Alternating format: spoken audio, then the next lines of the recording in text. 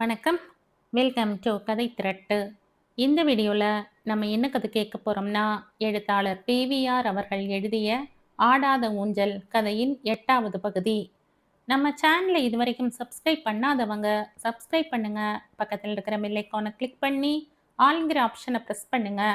So that நான் போடுற கதைகளை உடனுக்குடனே நீங்கள் கேட்கலாம். வாங்க கதைக்குள்ளே போகலாம். மேஜர் திலக்கை அன்று மாலை ரயில் அடியில் கேஜையும் மஞ்சவும் வழி அனுப்பிவிட்டு திரும்புகையில், ஏன்பா நாம துளசி வீட்டுக்கு போகக்கூடாது என்று மஞ்சு கேட்டாள். போனா போச்சு, புது பிரிட்ஜ் வழியா போ என்ற கேஜி. நீ என்ன நினைக்கிற மஞ்சு என்று கேட்டார். எதை பத்தி? துளசி பத்தி.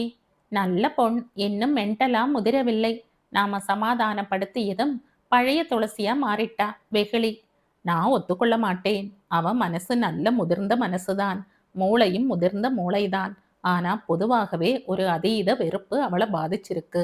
இன்னைக்கு கார்த்தால அவ பேசினது எல்லாம் தான் கேட்டையே என்றார் கேஜி. பிறகு உன் மேல ரொம்ப அன்பு வச்சிருக்கா, அதான் பழையபடி மாறினா என்றார். ஒன்று மட்டும் ரொம்ப தெளிவா புரிஞ்சிருக்கு என்றாள் மஞ்சு காரை ஸ்டார்ட் செய்து கொண்டே. பார்த்து போ, ஆள்கள் குறுக்கும் நெடுக்குமா போகிறார்கள். என்ன தெளிவா புரிஞ்சிருக்கு மஞ்சு? ஒரு நாள் இல்லாட்டா ஒரு நாள் துளசி கீர்த்தியிடமே போய் சேர்வாள். எல்லா நதிகளும் சமுத்திரத்தை போய் சேருவதில்லை மஞ்சு. இருக்கலாம், ஆனா துளசி அந்த மாதிரி நதி அல்ல. அவளுக்கு கீர்த்தி மேல வெறுப்பும் இல்லை. ஏன் சொல்ல போனா புருஷங்கிற மதிப்பும் அபிமானமும், ஏன் பக்தியும் கூட இருக்கு. அப்ப ஏன் அவனுக்கு அவள் ஒரு லெட்டர் போடுறதில்லை? அவன் வந்து போன பிறகு வருத்தப்படவில்லை. எரிமலை இன்னும் குமுறின் இருக்கு, அடங்க கொஞ்ச காலமாகும். நளாயினி சாவித்ரின்னு புராணங்களை மேற்கோள் காட்டுறாள். கேஜி சிரித்தார். துளசிக்கு தன்னுடைய கடமை என்னன்னு தெரியும். தற்காலிகமாக அதை உதறிட்டு வந்திருக்கா. ஆனா இது தற்காலிகமான உதறல்ங்கிறதை அவள் உணரவில்லை. எப்படி உணர வைக்கிறது என்றாள் மஞ்சு. உன்னாலேயும் என்னாலேயும், ஏன் மூன்றாம் பேராலேயும் உணர வைக்க முடியாது.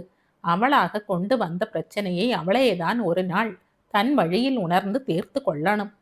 கேஜி முதலில் இறங்கி படி ஏறினார். திண்ணையை அடைந்த பிறகுதான் வீடு பூட்டியிருப்பது தெரிந்தது. துளசி எங்கே? யாரை கேட்கறது? கேஜி திரும்பி வந்து காரில் ஏறிக்கொண்டார். அவருள் ஒரு பயம் பிறந்தது. அன்று கேஜியின் வீட்டிலிருந்து துளசி வழக்கமான ஆரவாரத்துடன் திரும்பவில்லை. காலையில் மஞ்சுவும் கேஜியுமாக சேர்ந்து அவளை பகடை காயாக வைத்து விளையாடினார்கள்.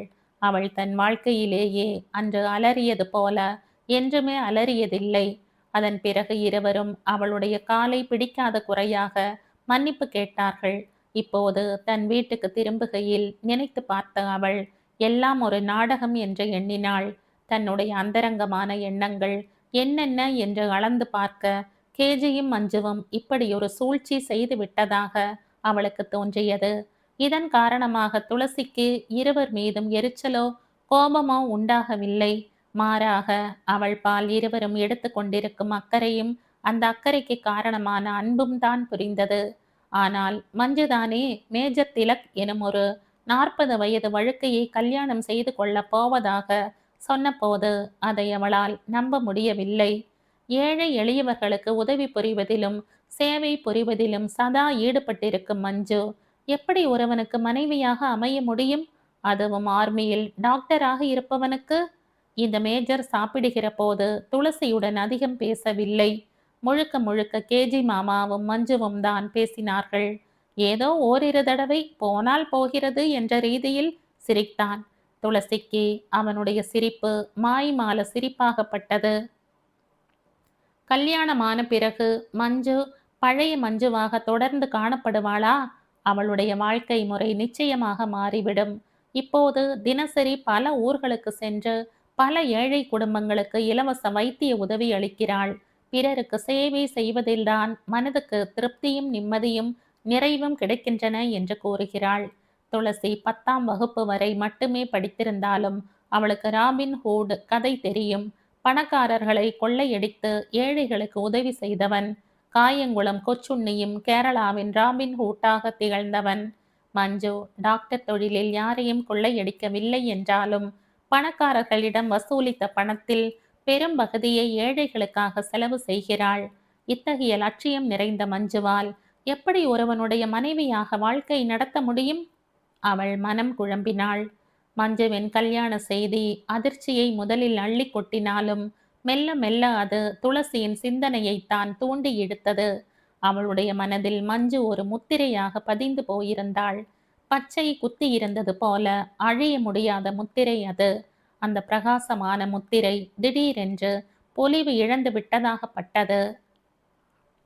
2ஆம் நம்பர் பஸ் வர அவள் ஏறிக்கொண்டாள். டிக்கெட் வாங்கி உட்கார்ந்தாள். ஒரு பயம் மிகவும் லேசாக உதித்து வெகு அவசரமாய் வளர்ந்தது. முழு நேர ஓய்வும் நிம்மதியுமான சலனமில்லாத நீரோட்ட வாழ்வு வேண்டும் என்று சென்னையில் இருந்து திரும்பி வந்த அவள் கடந்த சில மாதங்களாக சிரமமில்லாத ஆனால் அதே சமயத்தில் சுவாரஸ்யம் நிறைந்த வாழ்க்கை வாழ்கிறாள். அடுப்பு அடியில் வெந்து வெதும்பி போனவள் இப்போது வெளியில் வாடினாலும் வெயிலின் குளிர்ச்சியை அனுபவிக்கிறாள். பல இடங்கள், பல கிராமங்கள், பற்பல விதமான ஆண்கள், பெண்கள், குழந்தைகள். ஒரு சிறு பெண்ணின் அல்லது பையனுடைய காயத்தை கழுவி மருந்து தடவி கட்டி விடும்போது ஏதோ செய்யவே முடியாத ஒன்றை செய்து விட்டதான பெருமையும் பூரிப்பும் அவளுக்கு உண்டாகிறது. 104 டிகிரி ஜுரத்தில் நாளெல்லாம் அனல் புழுவாக கிடந்த நோயாளி மீண்டும் பழைய நிலைமைக்கு வந்தபோது அந்த நிலைமைக்கு காரணம் மஞ்சு என்ற டாக்டர் மட்டும்தான் என்ற எண்ணம் ஏற்படவில்லை. தன் உடலால் மணலை உதிர்த்து கொடுத்த அணிலும் பாலம் கட்டுவதில் பங்கு பெற்றதாக ராமனே ஏற்றுக்கொள்ளவில்லையா? துளசி தன்னை ஒரு அணிலாக பாவித்து கொண்டாள். மஞ்சுவின் வெற்றிகளில் கடுகளவேனும் தன்னுடைய பங்கு இருக்கிறது என்று எண்ணி மகிழ்ந்து கொண்டாள். இப்போது ஓடிக்கொண்டிருக்கும் பஸ்ஸில் அவளுடைய மகிழ்ச்சி குலைந்து போவதாக மனம் பயந்தது. மேஜர் திலக் வந்தால் மஞ்சு அவளை தன்னுடன் வரும்படி அழைக்க மாட்டாள். இருவருமே டாக்டர்கள். அதுவும் திலக் பணக்காரன். பெரிய கிளினிக் கட்ட திட்டம் போடுவான். ஆர்மியின் அதிகார தோரணைதான் நிலவும். அங்கே துளசிக்கு இடம் இருக்காது. பஸ் புது கல்பாத்தியில் இருந்து பழைய கல்பாத்திக்கு வந்தது. கிருஷ்ணன் கோயில் கொடிமரம் கண்ணில் பட துளசி இருக்கையை விட்டு எழுந்தாள். பஸ் நின்றதும் மெல்ல இறங்கினாள். கோயில் முன் நின்றாள். மத்தியானம் 3:30 மணிக்கு கோயில் கதவு நன்றாக அடைத்து சாத்தப்பட்டிருந்தது. ஆனால் அவளுடைய மூடிய கண் இதழ்களுள் கிருஷ்ணன் தோன்றினான். கிருஷ்ணா, குருவாயூரப்பா, மஞ்சு ஆரை கல்யாணம் கழிச்சுண்டாலும் அவ எங்க இருந்தாலும் நன்னா இருக்கணும். வாயால் முணுமுணுத்த துளசி வலது கையால் கன்னங்களையும் கண்களையும் தொட்டு தொழுதுவிட்டு வீட்டை நோக்கி நடந்தாள். வீட்டு வாசலில் அம்மணி. துளசியை கண்டதும் அம்மணி வீட்டினுள் திரும்பி பார்த்து குரல் கொடுப்பது தெரிந்தது. யாரோ வந்திருக்கிறார்கள். யார்? கீர்த்தியாக இருக்குமோ? இப்போதுதானே கீர்த்தி வந்துட்டு போனார். அவர் எழுதி கொடுத்துட்டு போன கடிதத்தை கூட அவள் இன்னும் படிக்கவில்லை. அவராக இருக்காது. பம்பாயில் இருந்து அம்மாவோ? அம்மாவாக இருந்தால் அவள் திரும்பி போகும் வரை துளசிக்கு ஊஞ்சல் கிடைக்காது. எதற்கு அம்மா இப்போதே வர வேண்டும்? அப்பாவின் முதல் சிராத்தத்துக்கு இன்னும் நிறைய நாட்கள் இருக்கின்றனவே. துளசி படியில் காலை வைக்க அம்மணி, துளசி, ஆர் வந்திருக்கான்னு சொல்லு என்றாள். ஆரிடி? சொல்ல மாட்டேன். திண்ணையில் ஏறின துளசி ரேழியை அடைந்த போது ஊஞ்சலுக்கு அருகே ஒரு நாற்காலியில் மைதிலி உட்கார்ந்திருப்பதைக் கண்டாள். திடுக்கிட்டாள், திகைத்தாள், அதே சமயம் மகிழ்ச்சியில் சிரித்தாள். புகுந்த வீட்டில் துளசியின் மனதை வெகுவாக ஈர்த்த ஒரு உயிர். தெய்வத்தின் சோதனையால் ஒரு கால் விளங்காமற் போனால்தான் என்ன? மைதிலியின் மனம் ஒரு பால் கடல். அதுவும் ஆலகாலத்தை வெளியே எடுத்த பின் எல்லோரும் கண்ட பார்க்கடல். மைதிலி துளசியை கண்டதும் எழுந்திருக்க முயன்றாள். துளசி, உக்காரு மைதிலி, நீ எப்ப வந்தாய்? டி அம்மணி, மைதிலிக்கு காஃபி பலகாரம் எல்லாம் தந்தையாடி என்றாள். சாயை மாத்திரம் போரும் நாள். அவ அப்படி சொன்னாள்னு நீ சும்மா இருந்தியா? போய் மின்னால அடத்தட்டு. அடமாவு இருக்கு இல்லையா? மைதிலி, நீ எப்ப வந்தாய்? மதராசியில எல்லாரும் சௌக்கியமா? அம்மாவோட ப்ரெஷர் எப்படி இருக்கு? பாட்டிமா போனப்புறம் பாட்டப்பா எப்படி இருக்கார்? மைதிலி ஆச்சரியத்தில் உறைந்து போனாள். இப்படி ஒரு வரவேற்பை அவள் எதிர்பார்க்கவில்லை. எல்லாரும் சௌக்கியம் துளசி, நீ எப்படி இருக்க? சுகமா இருக்கேன் என்றாள். நேத்து ராத்திரி 7 மணியிலிருந்து ட்ரை பண்ணேன், அப்படி ட்ரை பண்ணேன்.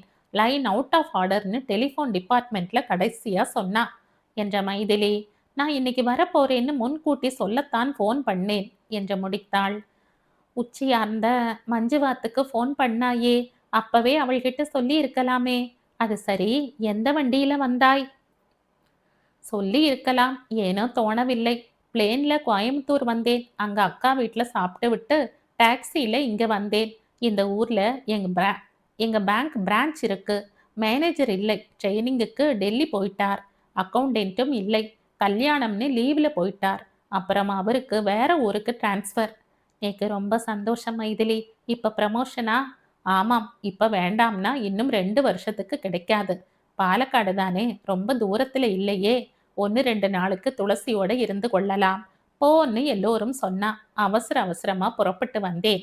1 2 நாள் என்ன? நீ பாலக்காட்டுல இருந்து இன்னொரு ஊருக்கு மாறி போற வரைக்கும் இந்த ஆத்திலேயே இரு. எல்லா சௌகரியமும் உண்டு. அம்மணி என்னோட பெரிய சிநேகிதி. நன்னா சமைப்பாள். நான் நன்னா சாப்பிடுறேன். நீயும் நன்னா சாப்பிட்டு குஷியா இரு என்றாள் துளசி. மைதிலி பதில் சொல்லவில்லை. துளசி ஒரு விசித்திர பிறவியாக தோன்றினாள். வலி தெரியாமல் ஊசி குத்தும் டாக்டரை போல. இவள் யாரிடமும் சண்டை சச்சரவு போடாமல் பிறர் வலி உணராதபடி புருஷன் வீட்டை விட்டே வந்திருக்கிறாள். நியாயமாக எல்லோருக்குமே துளசி மீது வெறுப்பு, எரிச்சல், ஆத்திரம் எல்லாம் ஏற்பட்டிருக்க வேண்டும். ஆனால் யாருக்குமே, ஏன் கீர்த்திக்கு கூட ஏற்படவில்லை? தெய்வத்தால் எப்படி இப்படி ஒரு ஜீவனை உருவாக்க முடிந்தது? என்ன ஆலோசிக்கிறாய் மைதிலி? நீ இந்த ஆத்திலேயே தானே இருக்க போகிறாய்? இப்ப மணி 4 துளசி. பேங்க்ல தலையை காட்டிட்டு வரலாமான்னு பார்க்கிறேன். என்ன அட்ரஸ்? சுல்தான் பஜார்ல இருக்கு. உனக்கு வழி தெரியாது மைதிலி. நான் ஒரு ஆட்டோவில் கூட்டிண்டு போறேன். நீ எதுக்கு சிரமப்படணும் துளசி? நான் போய் கொள்கிறேன். தா அட வந்தாச்சு. அம்மணி, தொட்டுக்க வெண்ணெய் வெல்லம் எல்லாம் கொண்டு வாடி. இன்னிலிருந்து நீதான் இவளை பார்த்துக்கணும் கிட்டையா. வெண்ணெய் பஞ்சாறு எல்லாம் வச்சிருக்கேன் துளசி. சில சமயத்துல என் அம்மணி புத்தியோட காரியம் செய்வா. அம்மணி, ராத்திரிக்கு ஸ்பெஷலா சமைக்கணும்டி. இன்னைக்கு எதுவும் வேண்டாம் துளசி. நீ அட திங்கலையா? மஞ்சுவாத்துல உச்சிக்கு 1 மணிக்கு தான் சாப்பிட்டேன். வயிறு இன்னும் கனமா இருக்கு. வேகத்துல அடைய தின்னு. அம்மணி, ஒரு ஆட்டோ கொண்டு வா. நான் மைதிலியோட போயிட்டு வரேன். நீ உன் ஆத்துக்கு போனா இந்த ஆத்த பூட்டி தாக்கோல வச்சுக்கோ. அம்மா உனக்குன்னு 10 கடலை உருண்டை கொடுத்து அனுப்பியிருக்கா துளசி. ஒரு தடவை மயிலாப்பூர் கடையில வேர்க்கடலை உருண்டை வாங்கி வந்தப்போ நீ விரும்பி சாப்பிட்டாயாம். இத கூட அம்மா ஓர்மை வச்சுருக்காளா? இப்ப நேரமில்லை, அப்புறமா தின்னுக்கிறேன் என்றாள் துளசி. மாமியார் கடிந்து பேசியவள் அல்ல. ஆனால் சரளமாகவும் துளசியுடன் பேசியதில்லை. அப்படிப்பட்டவள் துளசிக்கு எது பிடிக்கும் என்று நினைவு கூர்ந்து அனுப்பியிருக்கிறாள். பாவம், அவளுடைய லோ பிரஷர் வியாதி குணமாக வேண்டும். மறுநாள் துளசி மைதிலியிடம் விடை பெற்று கொண்டு மஞ்சுவின் வீட்டுக்கு சென்றாள். அவளை கண்டதும் கேஜி, துளசி, நானும் மஞ்சுவும் நேத்து உங்க வீட்டுக்கு வந்திருந்தோம் என்றார். எத்தனை மணிக்கு? திலக்கை வழி அனுப்பிவிட்டு திரும்புறப்ப உன்னை எட்டி பார்க்கலாம்னு வந்தோம். வீடு பூட்டி இருந்தது. மிந்தா நேத்திக்கு மைதிலி கிட்ட இருந்து போன் வரும்னு காத்துட்டு இருந்தோம் இல்லையா? ஆமாம், அதுக்கு என்ன? என்னை மடங்கி வர சொல்லத்தான் அவ போன்ல பேச போறாள்னு நான் கூட பயந்து போனேன் இல்லையா? மேல சொல்லு துளசி. என்ன மடங்கி வர சொல்றதுக்கு அவ போன் பண்ணலை. பின்ன அவ இங்க வந்திருக்கா. அடப்பாவமே, பிளேன்ல வந்திருக்கா மாமா. பிளேன்ல கோயம்புத்தூர் வந்து டாக்ஸில இங்க வந்திருக்கா. துளசி விவரங்களை கூறினாள். கூட புருஷன் இல்லைனாலும் நாத்தனார் இருக்கா. கேஜி சிரித்தார். உங்க மேஜர் என்ன சொல்லிட்டு போனார் மாமா? எல்லாம் செட்டில்டு, சிம்பிள் மேரேஜ், அதுவும் குருவாயூரில். என்னைக்கு மாமா? கல்யாணத்துக்கு நாள் உண்டோ இல்லையா? நம்ம 4 பேர்தான் துளசி என்று கூறிக்கொண்டே மஞ்சு வந்தாள். பிறகு தொடர்ந்து, அப்பா, நான் திலக்கை கல்யாணம் பண்ணிக்கிறது துளசிக்கு பிடிக்கலை என்றாள். உனக்கு எப்படி தெரியும் மஞ்சு? துளசியின் மனசுல எப்ப என்ன இருக்கும்னு அந்த ஈஸ்வரனுக்கு கூட தெரியாது. துளசி, திலக்கும் இந்த ஊர்ல பிராக்டிஸ் பண்ண தயார்னு சொல்லிட்டான் என்றார் கேஜி. அப்புறம் தினம் தினம் மஞ்சு கார்ல இப்ப ஊர் ஊரா போய் வைத்தியம் செய்யற மாதிரி செய்ய மாட்டா. யார் சொன்னா? திலக் ஒரு சர்ஜன். அவர் அவருடைய வேலையை பார்த்துப்பார். நான் எப்பவும் போல இருப்பேன் என்றாள் மஞ்சு. அடுத்த மாதம் மஞ்சுவின் திருமணம் குருவாயூரில் நடந்தது. திருமணமான மறுநாளே மஞ்சு தேன் நிலவுக்கு சென்றாள். ஆர்மி மேஜருக்கு உள்நாட்டில் பார்த்திராத இடம் இருக்கவில்லை.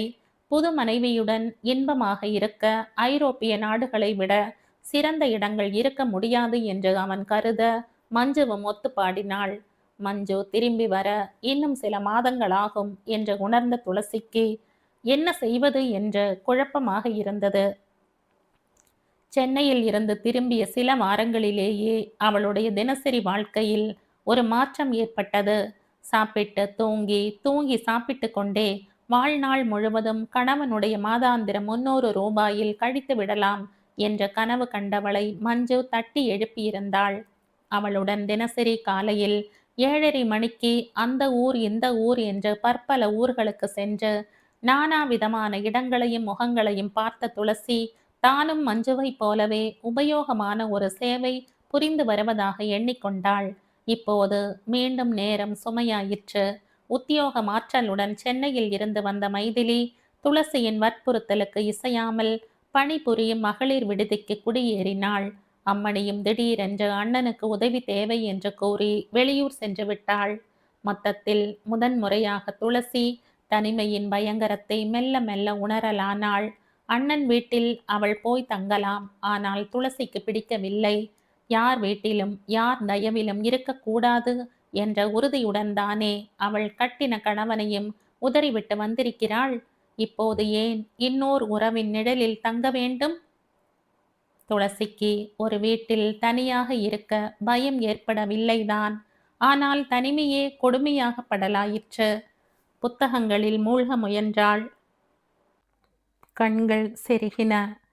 பூஜை அறையில் புது புது ஸ்தோத்திர பாடல்களை பாடலானாள். ஆனால் மனம் நிலைக்காமல் அலைந்தது. இதுவரையில் அவள் மற்றவர்களுக்கு சமைத்து போட்டிருக்கிறாள். அவளுடைய கை மணத்தை பாராட்டாதவர்கள் இல்லை. இப்போது அவளுக்கு சமைக்கவே பிடிக்கவில்லை. அலுப்பும் வெறுப்பும் தாக்கின. இருந்தாலும் என்ன செய்ய? சமைத்தாள், சாப்பிட்டாள். மரத்து போன நாக்கில் உயிரோட்டம் இல்லை, ருசியும் இல்லை. முன்னொரு காலத்தில் அம்மா ஆனந்தமாக உட்கார்ந்து ஆடும் ஊஞ்சலில் தானும் உட்கார்ந்து ஆட மாட்டோமா என்று துளசி ஏங்கி இருக்கிறாள். அந்த ஏக்கம் தணிய வாய்ப்பு கிடைத்தது. ஆரம்பத்தில் அந்த ஊஞ்சல்தான் உலகம் என்ற மமதையும் அவளுள் ஏறி இருந்தது. ஆனால் இப்போது அந்த ஊஞ்சலே பயங்கரமாக தோன்றியது. நிசப்தமான இரவு வேளைகளில் ஊஞ்சல் சற்றே நகர்ந்தாலும் அதை தாங்கி நின்ற இரும்பு சங்கிலிகள் லேசாக முணுமுணுத்தன. ஆனால் துளசிக்கு நாராசமான பயங்கர ஒலிகளாக கேட்டன. என்ன செய்ய, என்ன செய்ய? திடீரென்று ஒரு நாள் கேஜி வந்தார். மஞ்சுவின் திருமணம் முடிந்த சில தினங்களில் ஒரு முக்கியமான வேலையை முன்னிட்டு அவர் டில்லி சென்றிருந்தார். 1 மாதமாக ஊரில் இல்லை. அவரை பார்த்ததுமே துளசிக்கு புது தெம்பு வந்தது. வாங்கோ மாமா, வாங்கோ. எப்ப வந்தேள்? நேக்கு ஒரு எழுத்து போட்டிருக்கப்படாதா? நான் உங்க ஆத்துக்கு போய் எல்லாம் செஞ்சு வச்சிருப்பனே. எப்படி இருக்க துளசி? நான் நேத்து கார்த்தால மெட்ராஸ் வந்தேன். அதிசயமா ஜிடி கரெக்ட் டயத்துக்கு வந்தது. அப்புறம் வெஸ்ட் கோஸ்ட்ல ஏறினேன். ராத்திரி வந்தேன். நீ எப்படி இருக்க? சௌக்கியமா? ஏதோ இருக்க மாமா. இன்னும் நின்னுண்டே இருக்கேளே. உக்காருங்கோ, சாயை கலந்துண்டு வரேன் சொன்ன துளசி துள்ளி கொண்டு ஓடினாள். கேஜிக்கு அவளை பார்க்கவே பரிதாபமாக இருந்தது. அவள் டீயுடன் திரும்பிய போது, துளசி, உன் முகம் சரியா இல்லை என்றார். டம்ளரையும் அவளிடமிருந்து வாங்கி கொண்டார். எண்ணெய் தேய்ச்சி குளிச்சு 5-6 நாளாகிறது. அதான் மூஞ்சி சரியா இல்ல. உனக்கு நான் சொல்றது புரியலை என்றார் கேஜி ஒரு வாய் குடித்துவிட்டு. நீங்க என்ன சொல்றேள்? அம்மணி எங்க? திருப்பூர்ல அவளோட அண்ணா வேலையா இருக்கார் இல்லையா? அது எனக்கு எப்படி தெரியும் துளசி? டீ நன்னா இருக்கு. அவன் தன் பெண்டாட்டியை டெலிவரிக்கு இங்க அனுப்ப போறதில்லையாம். அவளுக்கு ஹெல்ப்பா இருக்க அம்மணியை அனுப்பணும் நானாம். ஓ அப்படியா?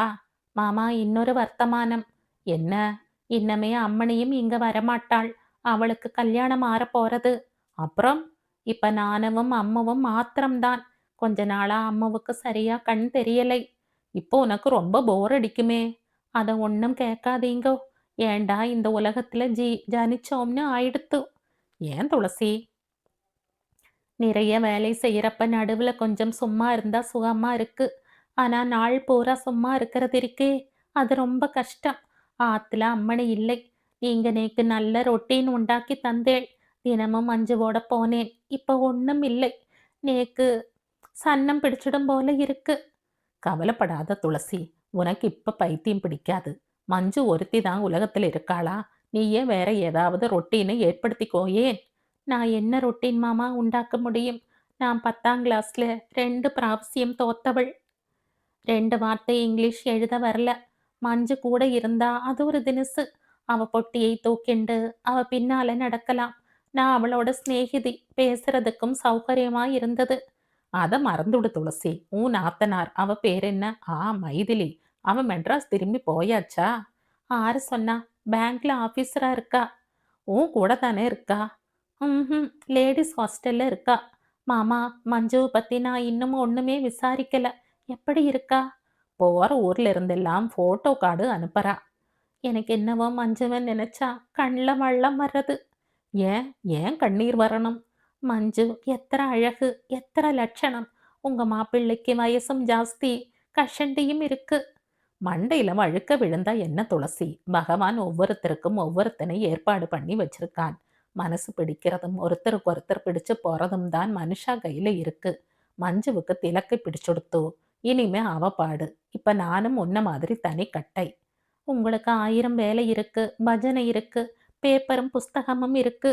துளசி, என்ன மாமா திடீர்னு ஏதேனும் நினைச்சுண்டேளா? கரெக்ட், சரியா புரிஞ்சுட்டு. பூவல்லி மனை தெரியும் இல்லையா? கேட்டிருக்கேன். அந்த ஊர்க்காரங்களெல்லாம் சேர்ந்து ஒரு பெரிய ஆசிரமம் கட்டியிருக்கா. எங்க தெரியுமோ? மெர்சி காலேஜில் இருந்து ஐயப்பங்கால போற வழியில, ஐயப்பங்காவு போற வழியில 5 ஏக்கர் நிலத்துல கட்டியிருக்கா. வர ஞாயிற்றுக்கிழமை கவர்னர் வந்து திறக்கிறார். அதுக்கு என்ன மாமா? ஆசிரமம் தனி ரகம். வயசாகி துணை இல்லாமல் கஷ்டப்படுறவாளும் இடம் உண்டு. கஷ்டப்படுறவாளுக்கும் இடம் உண்டு. அனாதை குழந்தைகளுக்கும் இடம் உண்டு. நான் 2லும் சேராதவள் மாமா. உன்னை ஆசிரமத்துல போய் தங்க சொல்வேனா துளசி? அதுவும் கோட்டை மாதிரி ஒரு வீடு இருக்கிறப்ப. நீங்க என்ன சொல்ல வரேள் மாமா? உனக்கு போர் அடிக்காம இருக்க ஒரு வழி சொல்ல வரேன். என்ன செய்யணும் என்று கேட்டாள் துளசி. ஆசிரமத்துக்கு ஒரு சம்பளக்காரியா போக வேண்டாம். வாலண்டியரா போகலாம். அங்க என்ன செய்யண்டி இருக்கும்? விசேஷமா ஒண்ணுமில்ல துளசி. கார்த்தால 7, 7:30 போ. யார் யாருக்கு என்னென்ன உதவி தேவையோ அதை ஆசிரமம் நடத்துறவா சொல்வா. நீ போனதும் டீ தருவா. உனக்கு வேணும்னா அங்கேயே சாப்பிட்டுக்கலாம்.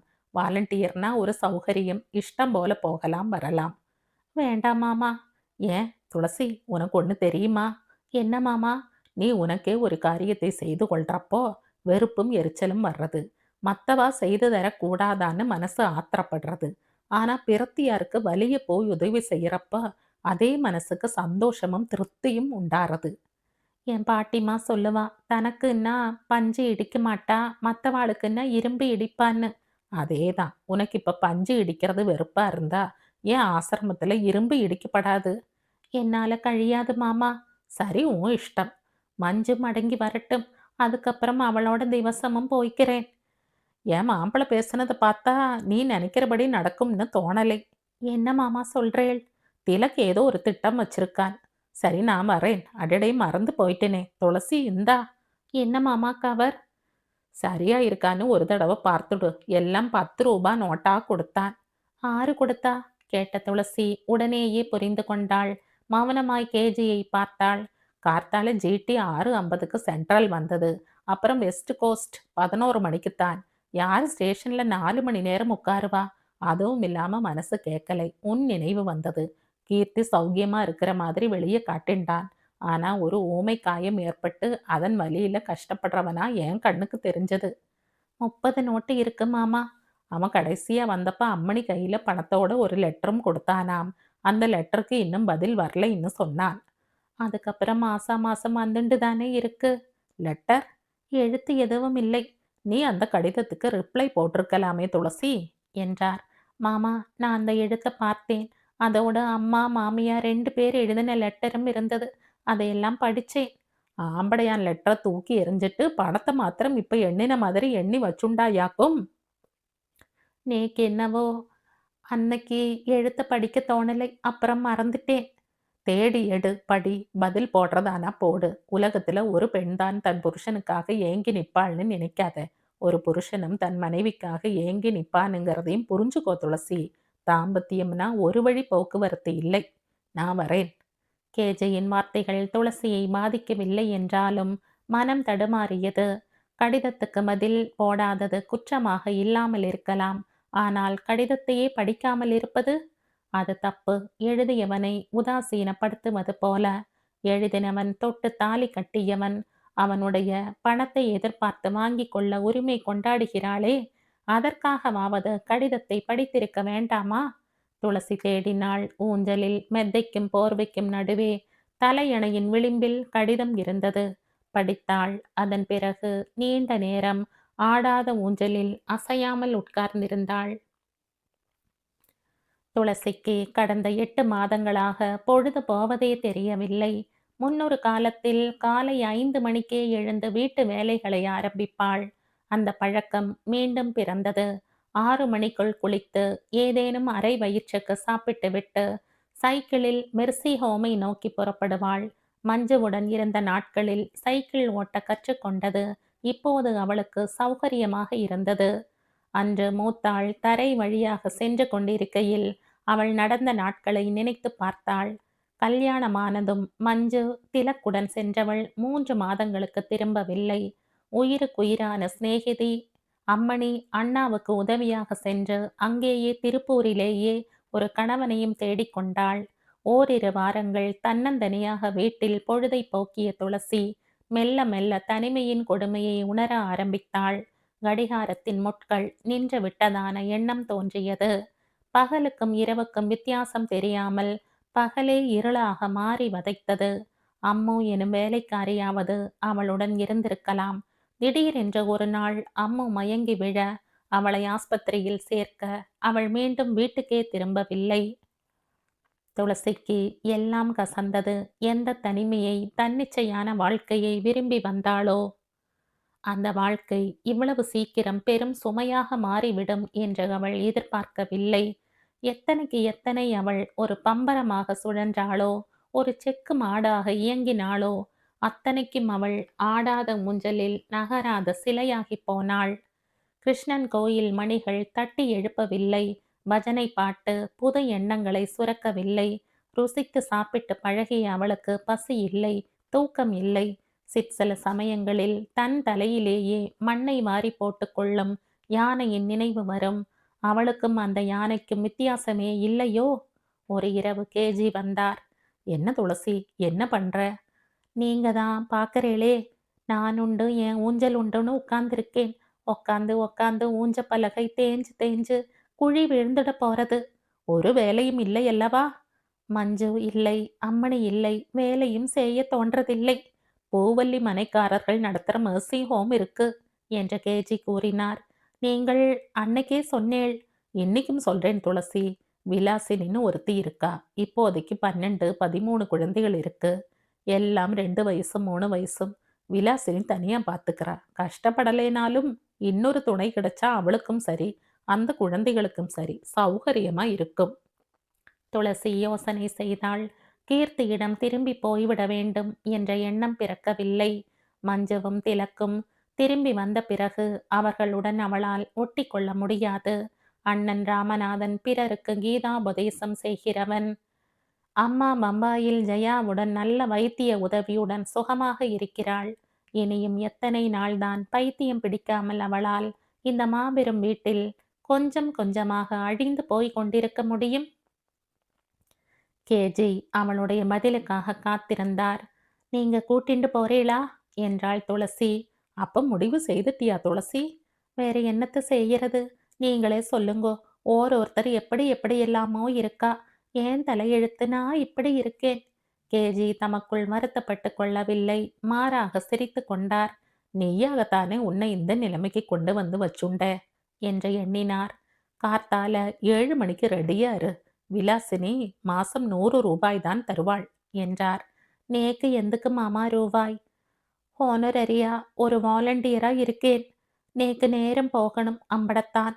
7 மணிக்கு ரெடியா இரு என்று கேஜி மீண்டும் சொல்லிவிட்டு ஆதித்யபுரம் கிருஷ்ணன் கோயிலுக்கு பஜனை பாட்டு பாட சென்றார். மறுநாள் அவள் விலாசினியை சந்தித்தாள். இப்போது பழைய நினைவுகள் தலை தூக்கிய போது துளசிக்கு தான் எவ்வளவு நல்ல முடிவை எடுத்து விட்டோம் என்ற திருப்தி உண்டாயிற்று. 6:30 மணிக்கு சென்றால் உடனேயே வேலை துவங்கிவிடும். அவளை சுற்றி பல குழந்தைகள், புறக்கணிக்கப்பட்ட குழந்தைகள், அப்பா பெயர் தெரியாமல் ஒதுக்கப்பட்ட குழந்தைகள், வஞ்சிக்கப்பட்ட பெண்கள், வஞ்சிக்கப்படுகிறோம் என்பதை உணராமலே 10 மாதம் சுமந்து நின்ற சிசுக்கள். அவர்களுக்கெல்லாம் விலாசினி ஒரு தாயாக விளங்க, விலாசினிக்கு உறுதுணையாக நின்ற துளசி தன் வாழ்க்கையின் திசையையே மாற்றிக்கொண்டாள். ஆரம்ப நாட்களில் குழந்தைகள் ஒரு இம்சை கூட்டமாகப்பட்டது. அவை அழுதபோது எரிச்சல் வந்தது. அவற்றின் களங்கமற்ற சிரிப்பு துளசியின் மனதை ஈர்க்கவில்லை. பதிலாக களங்கமுற்ற தாய்களின் முகங்கள்தான் கண்முன் தோன்றின. அவளுக்கு எப்படியோ பொழுது போக வேண்டும். இந்த இல்லம் அதற்கு உதவி செய்கிறது, அவ்வளவுதான். ஆனால் நாள் செல்ல செல்ல அவள் தன்னையும் அறியாமல் மாறலானாள். மழலை கீதமாக ஒலிக்கலாயிற்று. ஒரு குழந்தையின் ஜுரத்தில் அவள் துவண்டு போனாள். அவளுடைய கால்களை பிடித்து கொள்ளும் குழந்தை தன் இதயத்தையே தடவி கொடுப்பதாக தோன்றலாயிற்று. அம்மாத முடிவிலேயே அவளும் பல குழந்தைகளுக்கு தாயானாள். அன்று பிற்பகல் 2 மணிக்கு டாக்டர் மஞ்சு வந்தாள். துளசி மகிழ்ச்சியில் ஆரவாரம் செய்தாள். வா மஞ்சு, வா வா, உன்னை பார்த்து இப்ப 3 மாசமாச்சு, உக்காரு. மஞ்சு சுற்றுமுற்றும் பார்த்தாள். குழந்தைகள் எல்லாம் தூங்கின்னு இருக்கு. 3 மணிக்கு அப்புறம் ஒன்னொன்னா எழுந்திருக்கும். அப்புறம் பால் குடிக்கும், நல்ல பசும்பால் என்றாள் துளசி. மிஸ் விலாசினி எங்க? அவ அப்பா காரை எடுத்துண்டு வந்தார். போனா 5 மணிக்கு மடங்குவா. நீ எப்படி இருக்க துளசி? இளைச்சு போன மாதிரி இருக்கே. நான் ஒன்றும் இளைக்கலை, சுகமாத்தான் இருக்கேன். இங்க வேலை அதிகம் இல்லையா துளசி? அதிகமோ கொஞ்சமோ சுகமா இருக்கு. ஓமனைன்னு ஒரு 3 வயசு பொண்ணு இருக்கா. என் பேர்ல உசிறு. நான் இல்லைன்னா அவ பால் குடிக்க மாட்டா, சாப்பிட மாட்டா, தூங்க மாட்டா. ஏன் அவளை பத்தி இப்ப திடீர்னு பேச்சு எடுக்கிற துளசி? நினைச்சா கூட சங்கடமா இருக்கு மஞ்சு. ஏண்டி, ஏன் அவளுக்கு உடம்பு சரியில்லையா? உடம்பு கொழு கொழுன்னு இருக்கு, ஒரு சுகக்கேடும் இல்லை. பின்ன ஏன்? கொச்சியிலிருந்து ஒரு ஆம்படையான் பொண்டாட்டி வந்தா. 20 வருஷமா குழந்தை இல்லை. இங்கேருந்து ஒரு குழந்தையை தத்து எடுக்க வந்தா. ஓமனையை நாளைக்கு கார்ல கூட்டிண்டு போறா. இந்த மெர்சி ஹோமுக்கு 30,000 டொனேஷன் தரா. ஓமனை போனா நீ ஏண்டி மனசு சங்கடப்படணும்? பல அனாதைகள்ல அவளும் ஒருத்தி. நானே ஒரு அனாதை தானே மஞ்சு. சரி, நீ உன் கதையை சொல்லாத, அதை கேட்க நான் வரல. உன்னை பார்த்து பேசிட்டு போலாம்னு வந்தேன். சாயை குடிக்கிறையா மஞ்சு? வேண்டாம்டி. மேஜர் எப்படி இருக்கார்? உங்க கிளினிக்கை மினிஸ்டர் திறந்து வைக்க போறாராமே. யார் சொன்னா? அப்பாதான். பின்ன சொல்றதுக்கு நேக்கு வேற யார் இருக்கா? எங்க அவரை பார்த்தாய்?